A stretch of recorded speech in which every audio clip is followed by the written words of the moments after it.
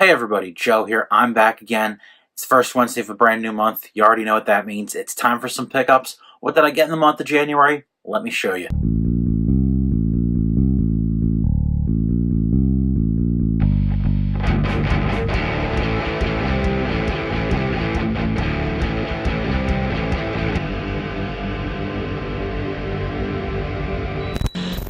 Alright, just to start things off, I'm going to do a little housekeeping. If you watched my Retro Game Treasure video from just a week ago, well, I believe it was, I said that this one Famicom game that I got there might have been a double.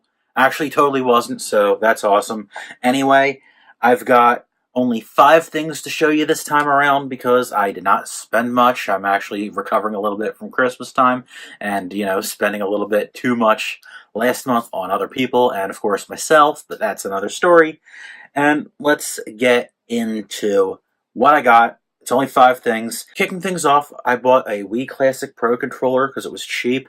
And also, I wanted it for another prop for that video on the 8-bit do G-Bros adapter. And I think you may see this for like a split second in that video. But it's actually a really comfortable controller, I gotta say.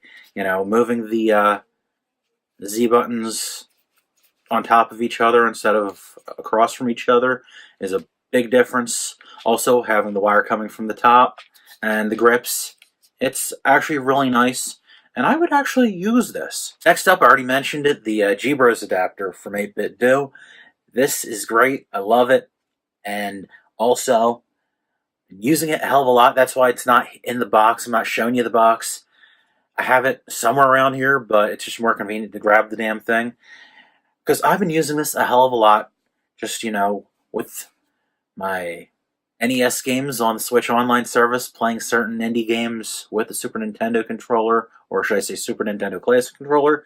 It's just so much more comfortable, so much easier going, and getting a lot of enjoyment and a lot of use out of this sucker. Speaking of classic controllers and online services, I'm going to jump right to probably the most expensive thing here.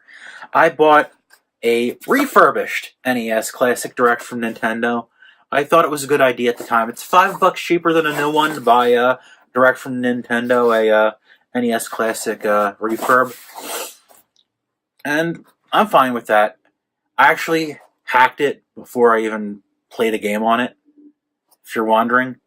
It's that easy to do, especially with the software that has been made available to do so. I did the same thing with my Super Nintendo Classic, and definitely makes it a lot more fun. And of course, since I've been playing a lot of Switch stuff, I have my Switch dock down at my desk with my desktop PC. In fact, I've got a little HDMI switcher so I can play my games on my PC monitor, or even flip it over and run it through my Elgato to record footage. However, what if I wanted to play up here and on a TV? I figured, what the hell? Saw it and actually was able to get a used Switch dock. You can see that somebody just took a box cutter and cut their price tags off of it, which looks like crap, but everything's there. It's in perfect condition. So I cannot complain one bit, especially with how cheap I got it for. I have one last thing to show you here, and it's kind of an odd thing, but I thought it was cool. I wanted to get one of these. I actually already have 2 later variants on the damn thing, but I figured why not get this one, because this is probably the most interesting one in the bunch, if you ask me. And that is the Atari Flashback 2. If you're not familiar, I have a 9, I have a 6.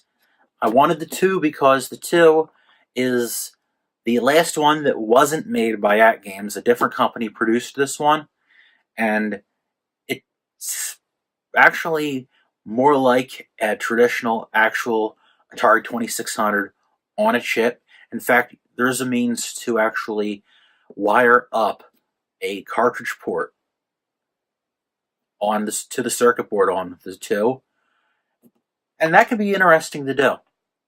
That might be even a fun video, I don't know. Just a thought, throwing it out there. If not, I could also maybe try doing a history of the Atari Flashback, even though I only have 3 versions of it. I can always find more of them. Some of these on the secondhand market are coming up, and for dirt cheap. I mean, I think I only paid like $10 for this. So, just some fun thoughts and some cool stuff that I think were pretty cool this month. And there you have it. That is what I bought in the month of January. I actually have already bought a couple things in February, so keep tuned for that. I'm sure some of that stuff will pop up over the course of the month in my videos, on my Instagram, on the Facebook page, on Twitter, wherever. Come check me out on any of those services. Until next time, guys, thank you so much for watching. Take care.